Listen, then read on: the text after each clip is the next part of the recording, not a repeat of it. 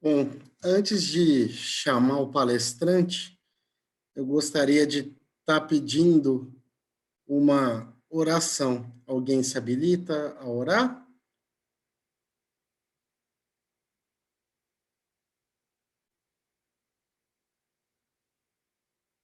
Bom, então posso fazer?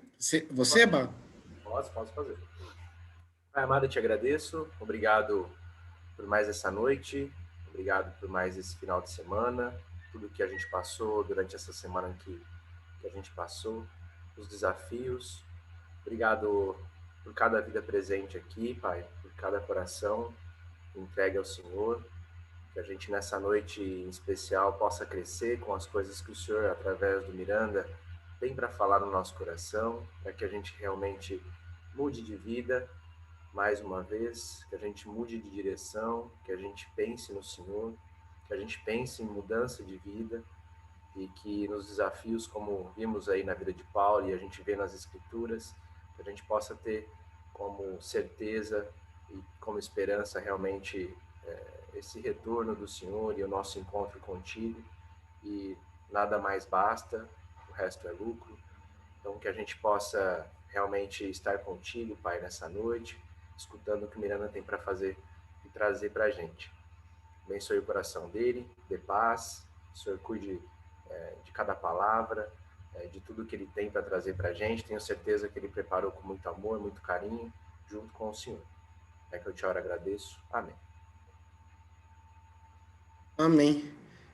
Pessoal, com vocês, Alberto Miranda.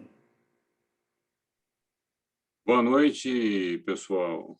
Tudo bem? Quero agradecer ao Tiaguinho e ao Bá, que têm me acompanhado nessa série de Efésios. As duas primeiras, Amanda estava junto, mas agora estamos nós três, né? E o Fefo também está na gravação das mensagens, e as mensagens estão sendo colocadas no YouTube. Só para vocês verem a preocupação deles, vou deixar bem claro, deles com a programação. Hoje, só hoje, nós trocamos 101 mensagens. Então, muito do que já aconteceu foi combinado, foi acertado, foi conversado, só hoje, fora os outros dias, né?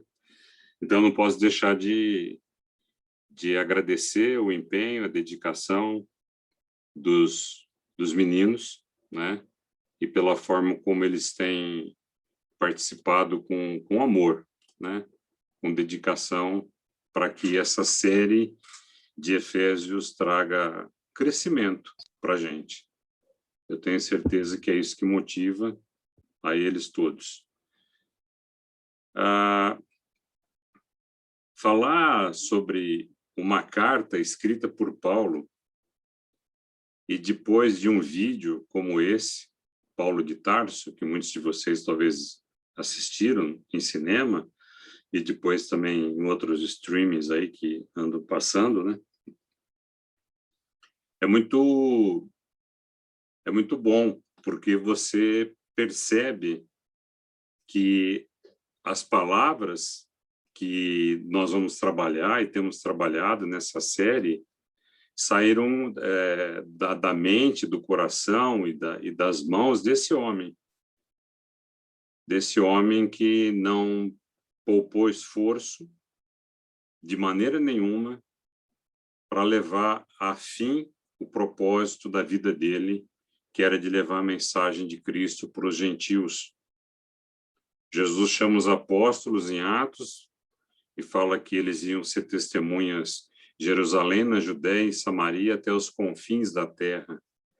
Esses confins da terra aparece Paulo nessa história como o maior propagador da mensagem de Cristo. E aí a gente vê um trecho desse filme onde ele lida com questões muito complicadas. Um romano, né, que tinha uma filha com um problema de saúde, junto com Lucas, o médico, que escreveu muito do que a gente sabe sobre Paulo, Escreveu de Cristo no Evangelho de Lucas e escreveu sobre Paulo no livro de Atos. E aí você vendo o vídeo, pequenos pedaços do filme, ele fala de estilhaçar suas defesas. É isso que Cristo quer da gente. Cristo nos quer por inteiro. Se existe área na sua vida que você retém, que você segura, que você defende como sendo sua, é nessa área que Cristo quer trabalhar. Porque ele quer ser completo na tua vida. Tão somente completo. Então é muito bom saber que esse cara que foi retratado de uma forma tão bacana no filme e nesse pequeno vídeo foi o que escreveu o capítulo 1, quando o Zé Gomes compartilhou dos escolhidos, que escreveu o capítulo 2 de Efésios, quando foi os agraciados, que o Arley compartilhou. Foi o que escreveu o capítulo 3, quando o Luiz falou sobre os pregadores. Foi o que escreveu o capítulo 4, que o Sérgio compartilhou. O Sérgio está aqui com a gente, sobre os instruídos. Sobrou 5 para mim, hoje. Vou falar sobre os remissores. E daqui a 2 semanas, no último sábado de julho, o João Sena vai falar sobre os protegidos.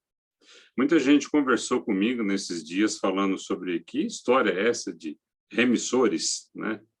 Porque teve os escolhidos, os agraciados, os pregadores, os instruídos, os protegidos que há de vir aí. Remissor.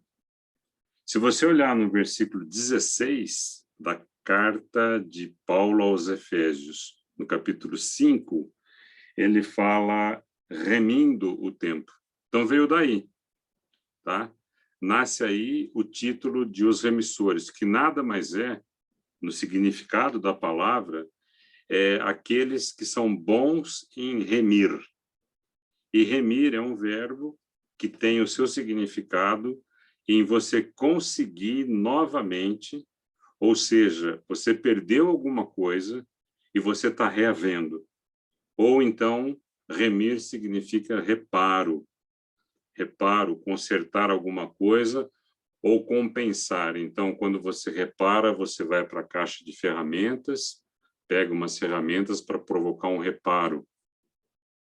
E quando você compensa, a imagem é de uma balança, né?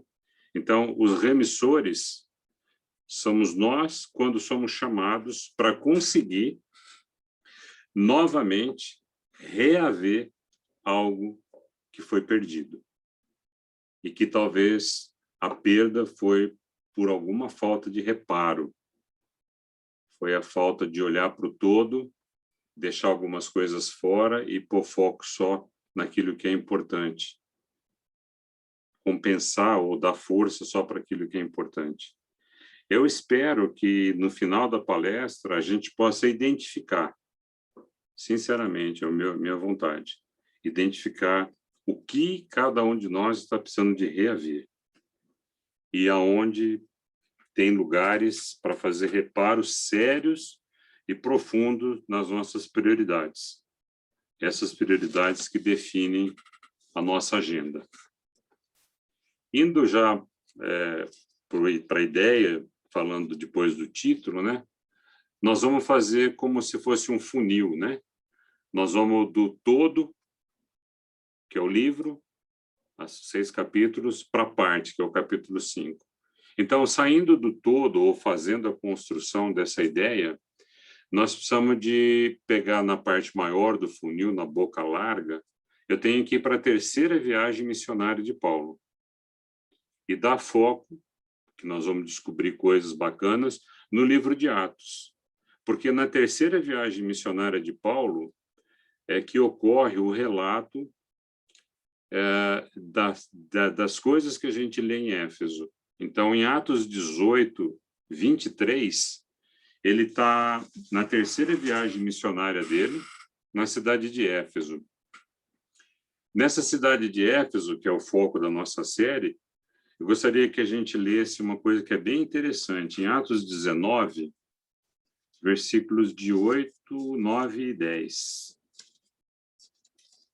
Estou tentando ir do todo para a parte.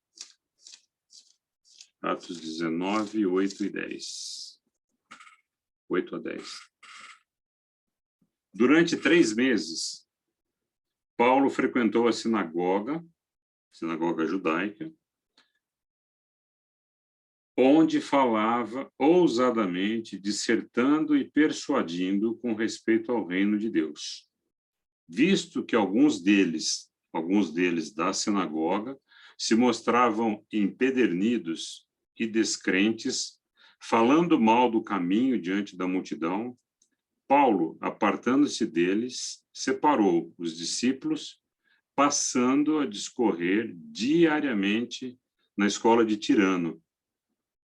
Durou isso pelo espaço de 2 anos, dando ensejo a que todos os habitantes da Ásia ouvissem a palavra do Senhor, tanto judeus como gregos. Define-se aí o foco de todo o ensino que Paulo foi oferecendo para as pessoas na cidade de Éfeso. E esse processo desse ensino de Paulo, lá em Atos, de 8 a 10, dá um alerta para a gente de que na sinagoga judaica, o ensino é sempre no sábado. Se ele ficou 3 meses lá, ele falou por 4 sábados, ou seja, ele falou por 12 dias. No versículo 10, fala que ele diariamente ensinava na escola de Tirano, no versículo 9 e 10. Essa escola de Tirano era um lugar para locação, para aluguel, onde filósofos e alguns mestres itinerantes alugavam para ensinar as suas filosofias, seus ensinos. 2 anos, 365 dias, vezes 2, dá 730 dias. Se você somar o tempo que Paulo falou na cidade de Éfeso, ele falou por 742 dias. Se você fizer uma comparação, o ano letivo escolar teve uma época que era para 180 dias, mas eu vou considerar 200 dias, os anos letivos no Brasil, né? Então, Paulo praticamente diplomou os seus ouvintes, porque ele foi praticamente relativo a 4 anos de curso, falando sobre os segredos, sobre a relação dele com Deus e sobre tudo aquilo que ele havia aprendido sobre a mensagem cristã. E olha o que é mais interessante, no versículo 20 desse mesmo capítulo, ele fala: assim a palavra do Senhor crescia e prevalecia poderosamente. Então, foi um ensino por 742 dias que provocou com que a palavra de Deus crescia e prevalecia poderosamente naquelas vidas. E para quem está estudando Colossenses, muitos de nós aqui estão estudando o livro de Colossenses, foi nessa cidade que Epáfras e Filemão bebeu desse ensino que Paulo oferecia e levaram a carta de Colosso, a carta de Laodiceia, a carta para a Ásia Menor, para uma região um pouco mais distante do litoral, porque Paulo estava em Éfeso, e levou as cartas para essas pessoas que foram atingindo. Então, esse crescer, prevalecer poderosamente, foi uma coisa que Deus usou muito a vida de Paulo. Aí, nesse sentido, eu queria alertar você percebe o privilégio que a gente tem de estudar o livro de Efésios? Essa série aqui é um breve relato, são breves palestras. Eu lutei a semana inteira, a Mônica sabe como que eu lutei essa semana para poder filtrar algumas coisas que eu fui ganhando durante o preparo. O Luiz talvez passou por isso, o Sérgio, o Arley, o Zé Gomes, né? Olha lá, o Sérgio está me dando ok. Então, nós estamos aqui com um privilégio muito grande de ter a epístola de Paulo aos Efésios na nossa mão. Então, saindo um pouco dessa visão do funil e estreitando um pouco mais, a gente sai dessa visão geral da carta, dos 6 capítulos, e vamos para o proposto hoje, que é Efésios 5. Nesse capítulo 5, Paulo usa o verbo andar na carta várias vezes, mas só no capítulo 5 ele usa 3 vezes. Ele usa pela 6ª vez, pela 7ª vez e pela 8ª vez esse verbo andar. Eu queria trabalhar um pouquinho com esse verbo com vocês. Ele fala no versículo 2, é a 6ª vez que ele fala sobre andar. No versículo 8, ele fala sobre a 7ª vez na carta toda, sobre o andar. E a 8ª vez aparece no versículo 15, que vai ser o finzinho do funil nosso, mas no fim do nosso tempo aqui. Mas uma coisa que, a primeira vez que a gente olha para o verbo andar, naquilo que está escrito na nossa Bíblia, né, na tradução nossa, na maior parte das Bíblias que estão nas nossas mãos, né, a flexão verbal, ou o tempo que foi conjugado esse verbo, na minha versão aqui, que está do meu lado, na Almeida Revista Atualizada, ela está como imperativo. Então, transmite uma ordem. Transmite uma ordem ao exprimir o que quer que a pessoa faça. Então, o andai aqui está como uma ordem, né? Só que se você olhar para o contexto todo, a gente vai ver que é possível apontar que esse verbo andar, ele talvez no judeu que Paulo conhecia muito, no hebraico que Paulo conhecia muito, nós sabemos que Paulo, lá em Atos 22, no versículo 3, tem um breve relato da vida dele. Queria ler com vocês. Atos 22, no versículo 3, fala assim: eu sou judeu, é Paulo falando, eu sou judeu. Nasci em Tarso, da Cilícia, mas criei-me nessa cidade. Essa cidade aqui é Jerusalém. E aqui fui instruído aos pés de Gamaliel, segundo a exatidão da lei dos nossos antepassados, sendo zeloso para com Deus, assim como todos nós o sois no dia de hoje. Então, Paulo está falando que ele cresceu aos pés de um rabino, chamado Gamaliel. Na época de Cristo, na época de Paulo, tinham 2 rabinos mais conhecidos, que era Hilel e esse Gamaliel, que faziam parte do Supremo Sacerdócio de Jerusalém, né? Então, Paulo, ele provavelmente aprendeu muito no hebraico. E se a gente pensar que na origem hebraica, esse verbo ele pode ter sido conjugado num tempo verbal que não há correlato no português, um correlato perfeito. Ele foi conjugado no aoristo. Aoristo é um tempo verbal, no grego e no hebraico, que, quando ele é usado numa frase, ou num texto, ou num diálogo, como nós estamos aqui conversando, ele indica uma ação completa. É algo que iniciou no passado, algo que é presente hoje e algo que vai continuar acontecendo no futuro. Então, se você pegar o verbo fazer, é a mesma coisa que você conseguir conjugar o verbo fazer dizendo fiz, passado, faço e farei. Ou é a mesma coisa que você conseguir conjugar o verbo andar, eu andei, ando hoje e vou continuar andando, andarei. Então, esse tempo verbal, ele tem um tipo de ação que é indefinida quanto ao tempo do relógio, quanto ao cromos. Porque quando você está vivendo esse tempo verbal, você nem precisa de falar que você viveu, hoje vive e vai seguir a sua vida inteira vivendo. E a característica desse verbo, ele apresenta uma ação, aqui, andar, né, que é o que a gente está conversando, como um todo constantativo, e que dá ênfase ao seu início, quando você se ingressou, ou quando você aceitou no andar por alguma coisa, e vai até o término, ou vai até a consumação. Então, inicia, constata e consuma. Sua vida e a minha vida é isso. Deve ser isso. E é isso que Paulo me fala hoje. Ele fala exatamente isso, porque na vida cristã e para a vida cristã, o conteúdo dela se envolve ou se exige tão somente andarmos o tempo todo. E conteúdo aqui significa o que está contido, ou o que está no interior de alguém ou de algo. Você me entende? Esse é o conteúdo. E quando a gente flexiona esse verbo andar, como Paulo fala aqui, quando a gente flexiona, ele chama a gente, primeiro, para andar de modo digno da vocação, que é a quarta vez que aparece esse verbo andar na carta.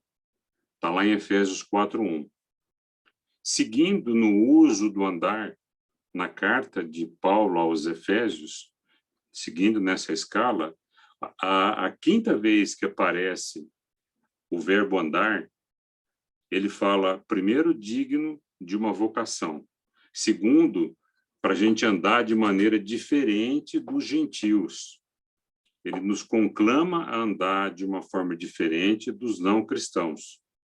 Mas essa escala do andar que Paulo ensina a gente aqui nessa carta, ela vai para um terceiro forma de flexionar o verbo andar, que é viver em amor o tempo todo, que é a sexta vez que Paulo usa esse verbo andar, está em Efésios 5:1. E, por último, nesse processo que nós somos chamados a viver a vida cristã, e o conteúdo da nossa vida cristã é ser modo digno da vocação, diferente dos gentios, o amor ser parte da nossa vida o tempo todo, e, por último, aqui em Efésios 5:8, que é a sétima vez que ele usa o verbo andar, é andar como filhos da luz. Então, aqui nós somos chamados e conclamados a viver e a andar em santidade. Por que que eu falo santidade? Você pode me perguntar. Eu falo santidade porque santidade é o que define a minha relação com Cristo. Porque ser santo é que eu tenho relação com Cristo. Porque não há comunhão, não há como andar junto o santo e o profano. Não há como andar junto o santo e o pecador. Então, quando Paulo fala que nós somos chamados também para viver de modo digno, diferente dos gentios, amando o tempo todo e vivermos como filhos da luz, ele está nos chamando para ter uma vida santa. Porque, senão, na base relacional com Cristo, que é ser filho da luz, não vai existir, não tem como a gente ter comunhão com ele. Porque santo e profano não andam junto. Aonde chega a luz, as trevas vão embora. E isso é o chamado do que Paulo quer para a nossa vida, no sentido de andar com ele, andar com Cristo. Vou afunilando para chegar mais próximo da boca do funil. Saímos do geral, fomos para Efésios 5, e agora eu vou chegar mais no fim. Ou seja, a gente vai concentrar agora um pouco do nosso bate-papo no versículo 14, 15 e 16. Aqui fala assim, pelo que diz, desperta, ó tu que dormes, levanta-te de entre os mortos e Cristo te iluminará. Portanto, vede prudentemente como andais, não como necios, e sim como sábios. Parece andar aqui de novo, pela 8ª vez. E o 16 ele fala, remindo o tempo, porque os dias são maus. Dá para fazer uma série inteira desses 3 versículos. Mas essa semana eu li esse capítulo várias vezes, esses tempos atrás eu venho lendo várias vezes, e muitas vezes esses 3 versículos. E nessas várias leituras aconteceu um negócio muito engraçado comigo. Eu até comentei com a Mônica isso. Nessas várias leituras, eu fui passando por várias traduções. Eu tenho aqui, eu acho que por baixo, umas 8 traduções da Bíblia em versões diferentes. E uma delas, que é o Novo Testamento Vivo, na linguagem atualizada, em vez de aparecer desperta ou tu que dormes, aparece a palavra dorminhoco. Quando eu li dorminhoco, eu falei assim, nossa, lembrei de Branca de Neve e os 7 Anões. Fui lá na infância. E aí, de quem que eu lembrei dos 7 Anões? Do Soneca. Não tinha como não ser, né? Então, Esse filme, essa série aí, Branca de Neve, ela teve a estreia dela, primeiro filme de Walt Disney, em 1937, mas ela é de origem alemã. São contos escritos e falados dos irmãos Grimm. E é interessante que, olhando para esse trecho, falando sobre dorminhoco, como que é o soneca no teu, como é que fala, no teu imaginário infantil? Sempre cansado, olhos semicerrados, que indica que está sempre reclamando com a caminhada, quer voltar logo para casa, e ele está sempre pronto para dormir. É uma situação constante, também na vida do soneca, a presença de uma mosca, que está sempre distraindo ele. Eu fiquei pensando, Paulo trata nesse versículo 14, ele trata nesse versículo 14 de 3 metáforas. Metáforas é uma figura de linguagem que ocorre uma transferência do significado de uma palavra para outra. Ela faz uma comparação, uma frase com uma figura de linguagem não explícita. Então, aqui no versículo 14, tem 3 metáforas. Porque Paulo fala dorme, fala morto e fala iluminar. Essas 3 metáforas são figuras de linguagem onde a palavra tem um significado para ser discutido, para ser melhor entendido, mas eu vou me fixar só no que dorme, só nessa metáfora. Por 2 questões. Primeira é por causa de tempo, porque já está indo quase meia hora que eu estou falando aqui. E a segunda, por que eu escolhi dorme, é porque a partir dessa figura de linguagem dorme, dorminhoco, né, eu creio que dá link para despertar a gente para as outras 2 metáforas, sem a gente precisar de trabalhar especificamente nelas. Então, quando Paulo fala dorme aqui, Paulo não está... E ele fala isso em outros trechos bíblicos, e tem várias situações na Bíblia como um todo sobre essa questão de dormir, né? Ele não está falando sobre sair da cama, sobre despertar, ele não está falando alguma coisa da nossa vida natural. Ele está falando, e aqui que eu quero que você preste muita atenção, ele está falando de alguma coisa que é de dormir espiritual. De a gente dormir de forma espiritual. Não é do natural. Romanos 13, 11, Paulo também usa essa figura de linguagem, essa metáfora, e ele dá um toque que dá para melhorar um pouco o nosso entendimento.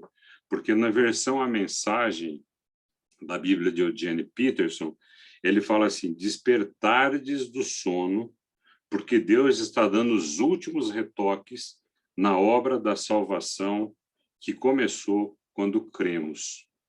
Então, esse versículo de Romanos 13, 11, dá bem a base para aquilo que eu gostaria que a gente prestasse bastante atenção.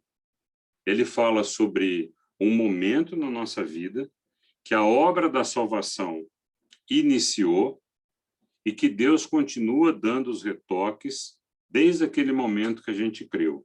Ele fala, despertardes do sono, porque Deus está dando os últimos retoques na obra da salvação que começou quando eu e você cremos em Cristo.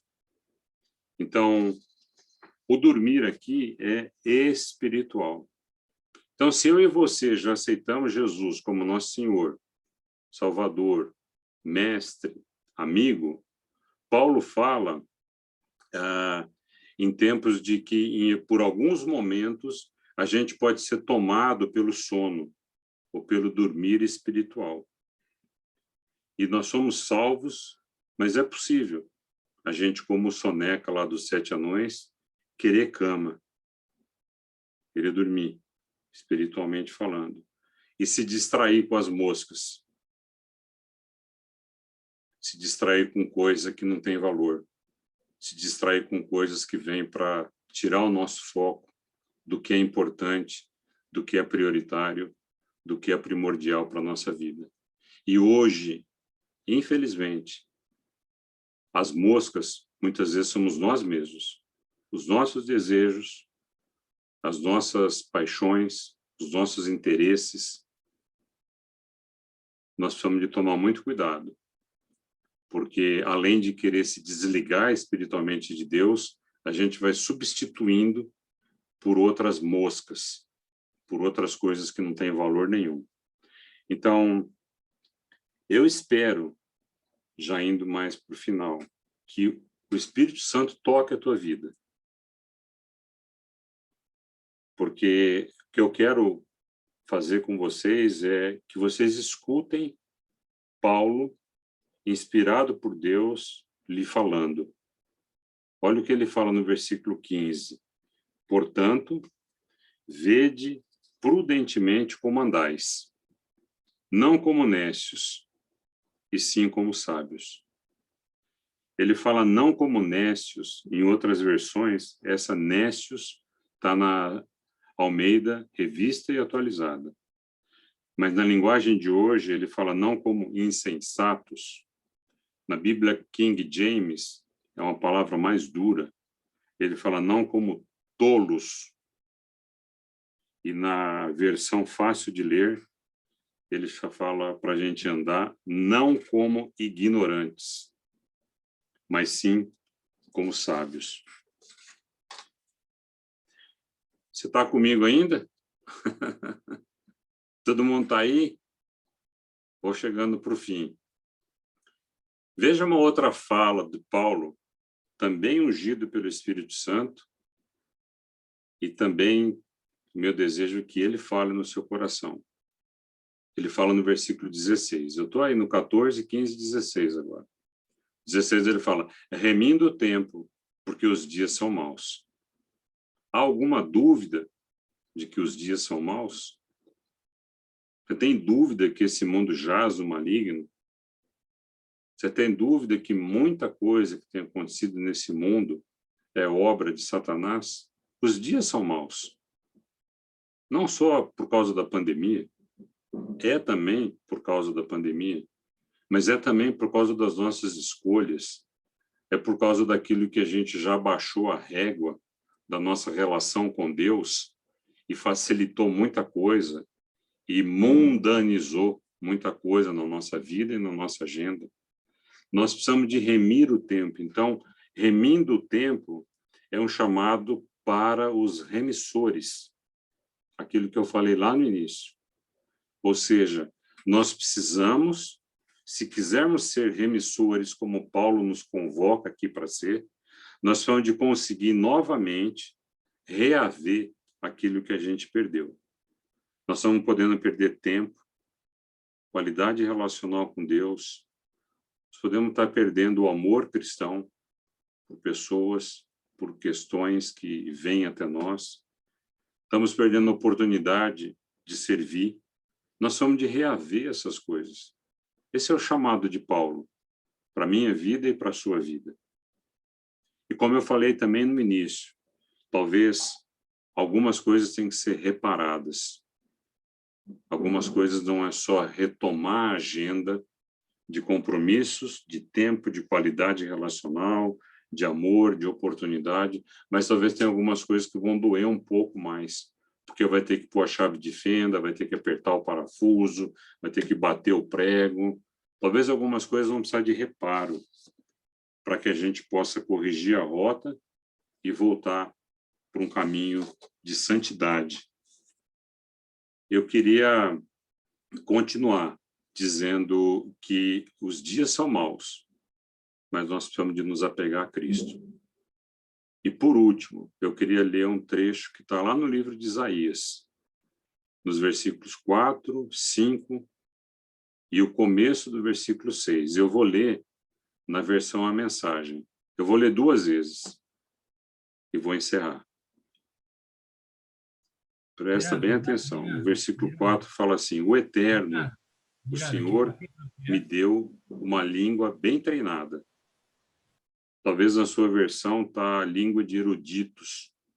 Eruditos é aquele que tem um vasto conhecimento sobre um determinado assunto.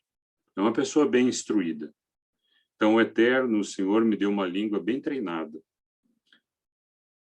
Assim sei como animar os cansados.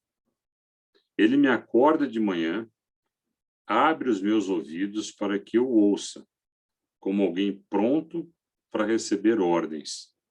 O Eterno, o Senhor, abriu meus ouvidos e eu não voltei a dormir. Não puxei a coberta sobre a cabeça de novo. Obedeci às suas ordens. Fiquei atento. Fiquei firme. Esse trecho falou muito comigo essa semana. Espero que fale com você. E eu vou ler e passar a palavra depois para o Tiaguinho. O Eterno, o Senhor, me deu uma língua bem treinada. Assim sei como animar os cansados. Ele me acorda de manhã, abre os meus olhos para que eu ouça, como alguém pronto para receber ordens. O Eterno, o Senhor, abriu meus ouvidos e não voltei a dormir. Não puxei a coberta sobre a cabeça de novo. Obedeci às suas ordens. Fiquei atento. Fiquei firme. Esse é o meu desejo para a vida de cada um de vocês. Obrigado pela atenção. Tiaguinho. Miranda, repete o Isaías, que é? É isso que eu ia perguntar também. Você não falou o É capítulo. Isaías o quê?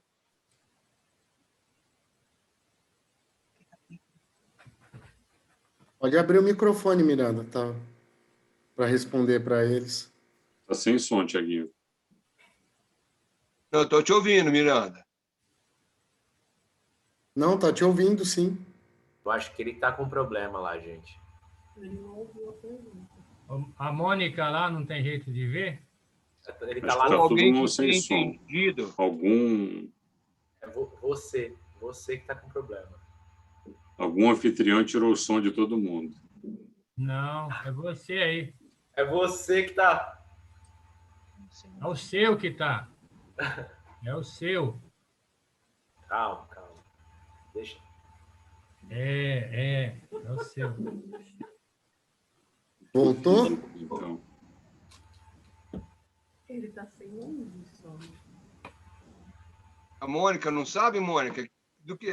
Qual a passagem de Isaías que ele usou?